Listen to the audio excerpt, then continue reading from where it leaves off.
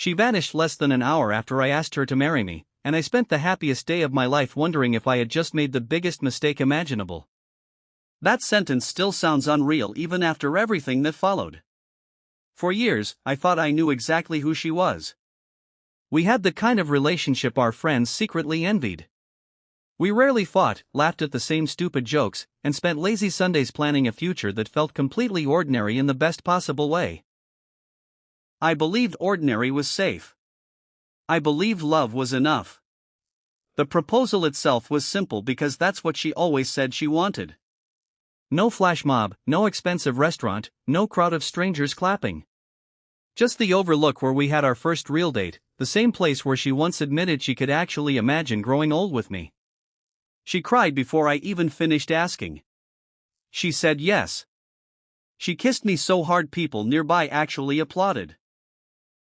For 20 perfect minutes, I honestly thought my life had reached its happiest chapter. I called my brother. She called her sister. We laughed, took terrible selfies with the ring, and talked about celebrating with both families that evening.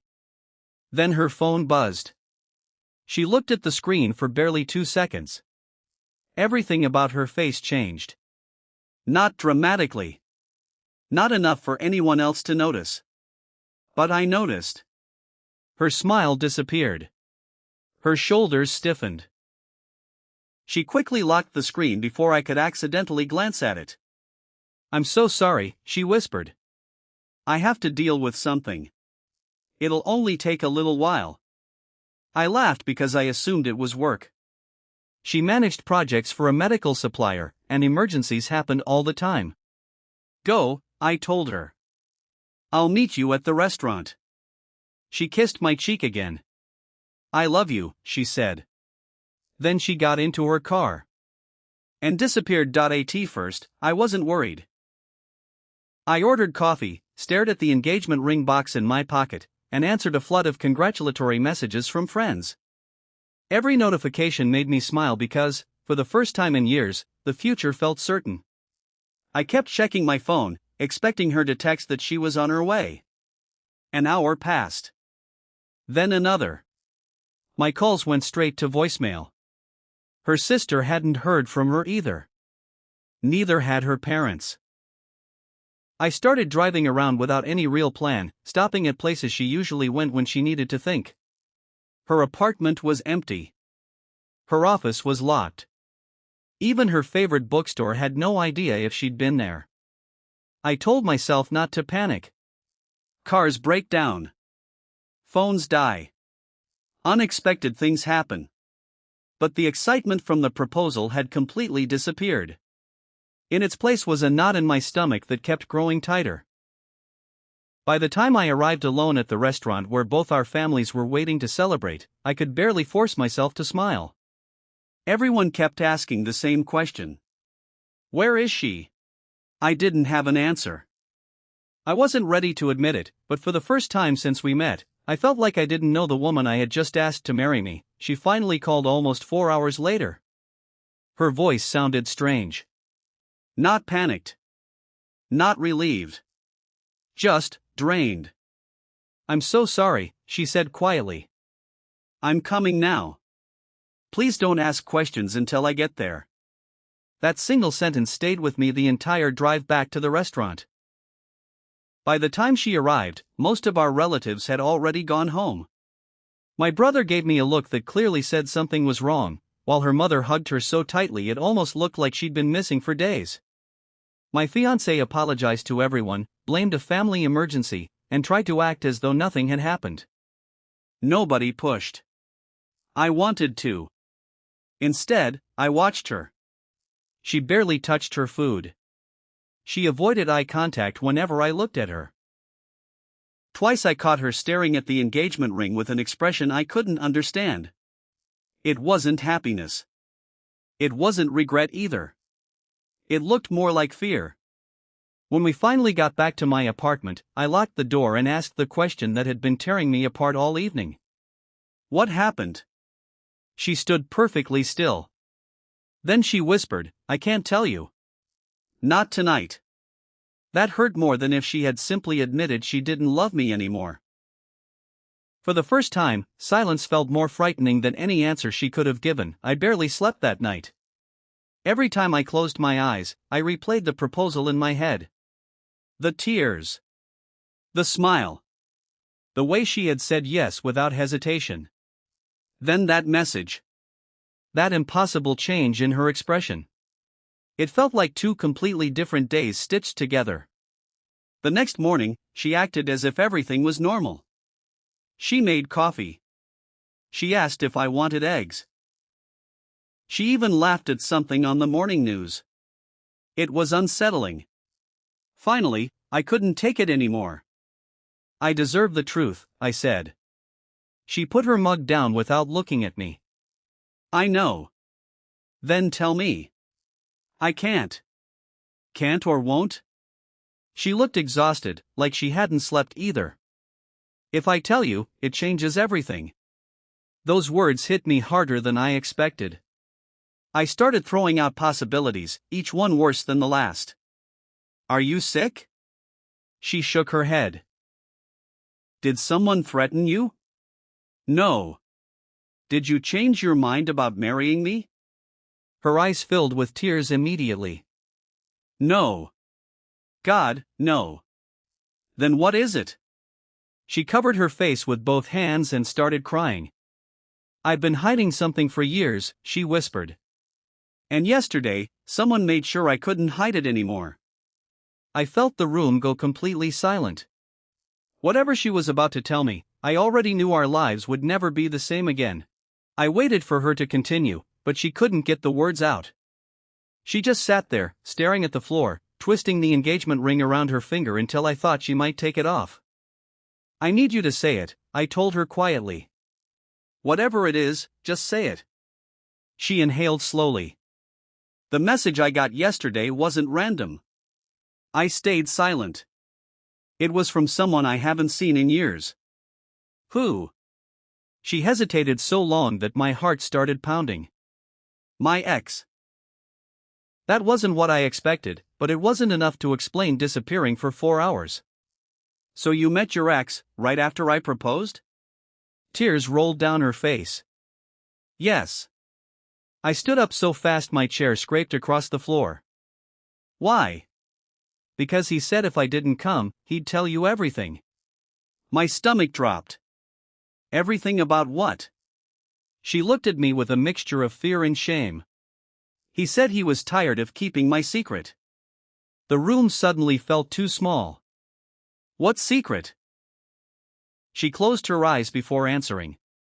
I lied about how our relationship ended. I felt anger rising, but underneath it was something worse.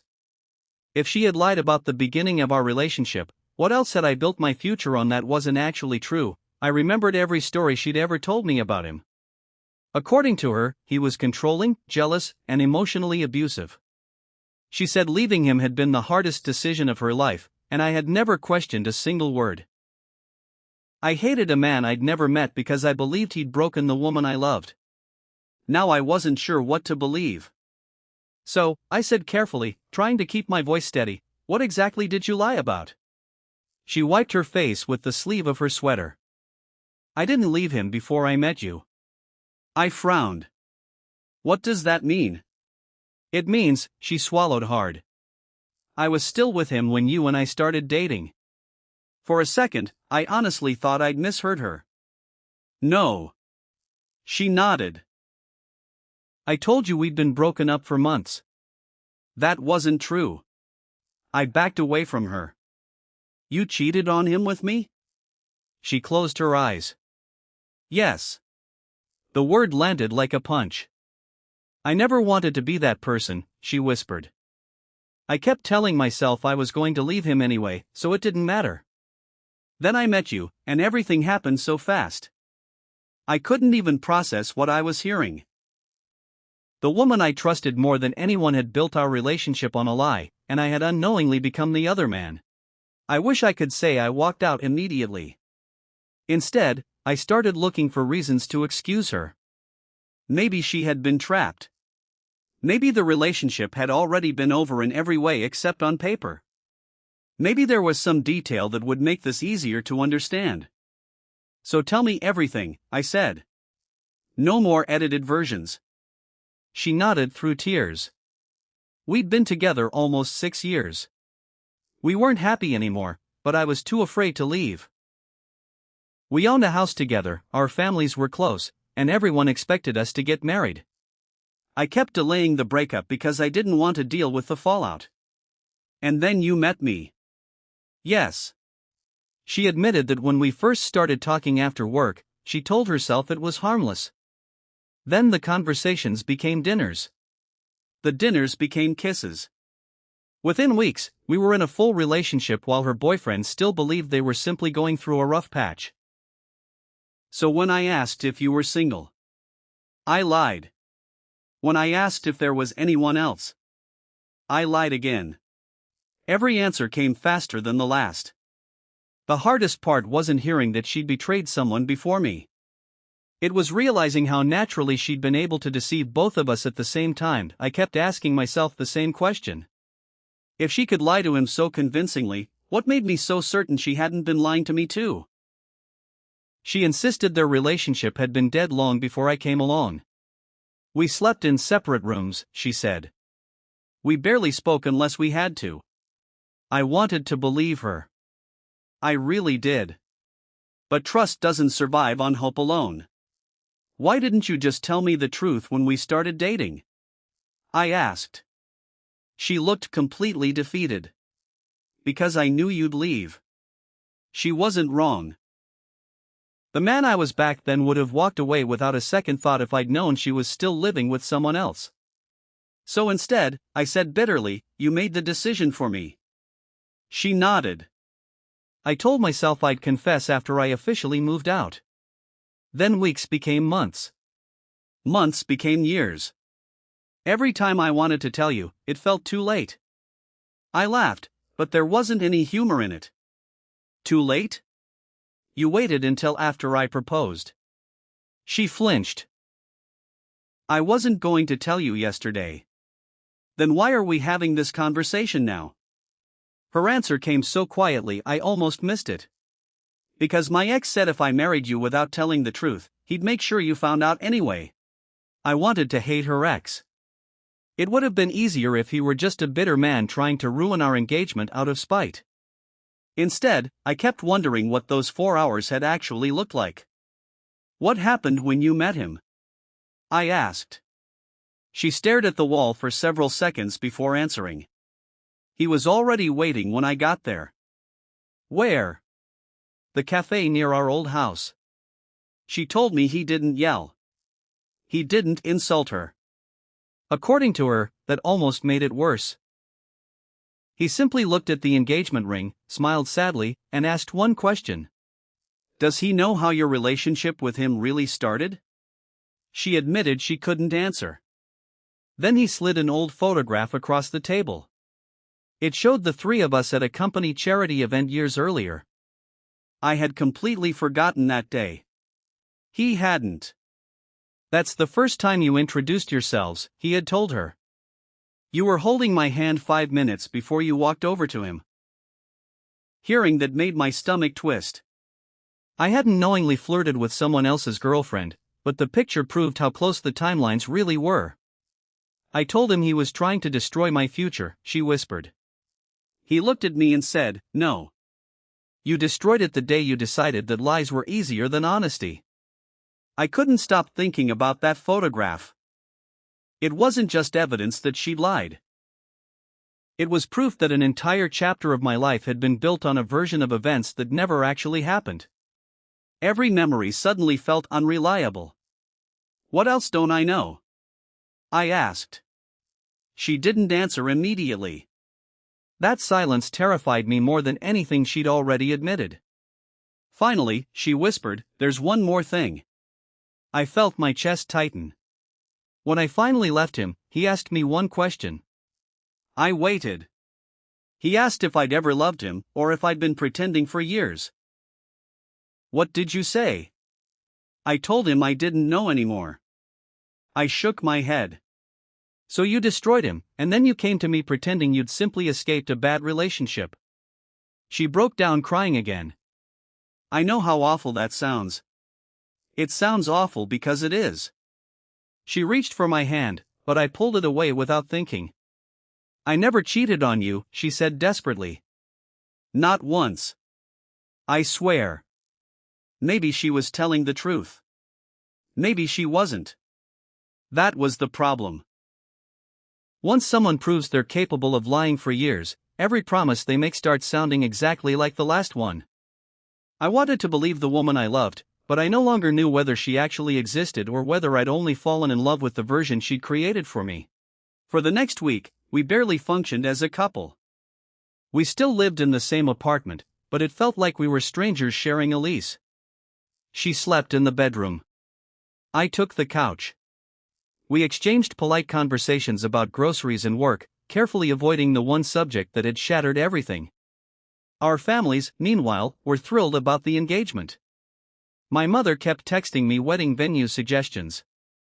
Her father wanted to take me out for drinks to welcome me to the family. Every message made me feel sick. I was carrying around a secret that changed the entire foundation of our relationship, yet everyone else still believed we were the perfect couple. Then things became even more complicated. Her sister called me one evening and asked if everything was okay. Apparently my fiancé had been crying almost every night. I almost told her the truth. The words reached the back of my throat before I swallowed them. Instead, I lied. We're just stressed, I said. After hanging up, I realized something that made me feel physically ill. I had started protecting the same secret that had nearly destroyed me. Without meaning to, I had become part of the lie myself. A few days later, she asked if we could see a couples therapist. I'll do anything, she said. If you want to postpone the wedding, we'll postpone it. If you need space, I'll give you space. Just don't give up on us without trying. Part of me admired her willingness to fight. Another part wondered if this was just another version of the woman who had always known exactly what to say. We went anyway. During the first session, the therapist asked a simple question. When did trust begin to break? I answered immediately. The day she disappeared after I proposed. My fiancée quietly shook her head.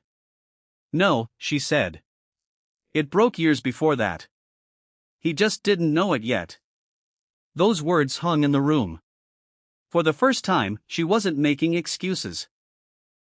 She wasn't blaming her ex. She wasn't blaming fear or bad timing. She was blaming herself. I should have felt relieved to hear her take responsibility. Instead, I felt exhausted. Owning the truth didn't erase it. The therapist asked whether I believed trust could be rebuilt. I opened my mouth, but nothing came out. I honestly didn't know. I still loved her. That was the cruelest part. Love had survived the confession. Trust hadn't. 2 months before the wedding, I made a decision that shocked everyone except me. I called the venue and canceled everything. The deposits were gone. The invitations had already been mailed. Some relatives had booked flights. None of that mattered anymore. Telling our families was harder than ending the engagement itself. My mother kept asking what had happened. Did she cheat on you? I froze every time. The truthful answer was complicated. No, I finally said. Not during our relationship. It wasn't the whole truth, but it wasn't a lie either. Her parents begged me to reconsider. They insisted everyone makes mistakes. They said people deserve second chances. Maybe they were right. But I couldn't stop wondering whether I was being asked to forgive one mistake or years of deliberate deception. My fiancée never argued with anyone. Whenever someone defended her, she interrupted them. This is my fault, she would say. Please don't blame him. Watching her accept responsibility almost broke me. I wanted her to fight for us. Instead, she respected my decision, and somehow that hurt even more. For the first time since I'd met her, neither of us had anything left to say that could fix what had already been broken. Moving out was strangely quiet. There were no screaming matches, no broken dishes, no dramatic final goodbye. We packed our lives into separate boxes and carried them down 3 flights of stairs like co-workers finishing a project. Every item had a memory attached to it, and every memory felt slightly contaminated. She stopped when she picked up the framed photo from the day I proposed. Neither of us spoke.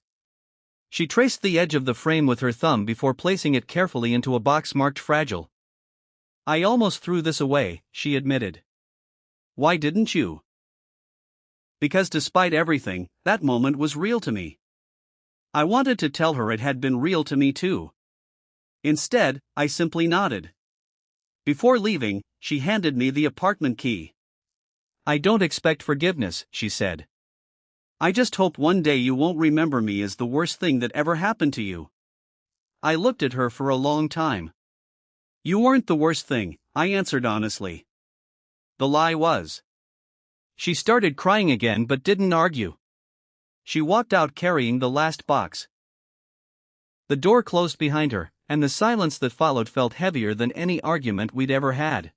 It's been 3 years since that day, and I still think about those missing 4 hours more often than I care to admit. People assume our engagement ended because she cheated on me. That's easier to explain. The truth is messier. She never betrayed me during our relationship, at least not as far as I know. What destroyed us wasn't a new affair. It was discovering that the person I loved had introduced herself to me through a carefully edited version of her own life. Every important decision I made was based on information that wasn't true. I've dated since then. Whenever someone tells me, "There's something I should probably tell you," I feel my stomach tighten before they've even finished the sentence. I hate that. I hate that one secret changed the way I trust everyone. Sometimes I wonder what would have happened if her ex had stayed silent. We probably would have gotten married. We might have had children. Maybe I would have lived my entire life without ever knowing how our story really began. That thought scares me more than the breakup itself. If there's one thing I've learned, it's this: the truth doesn't become less dangerous because you postpone it. It just grows larger in the dark until it finally demands to be seen, usually when there's the most to lose.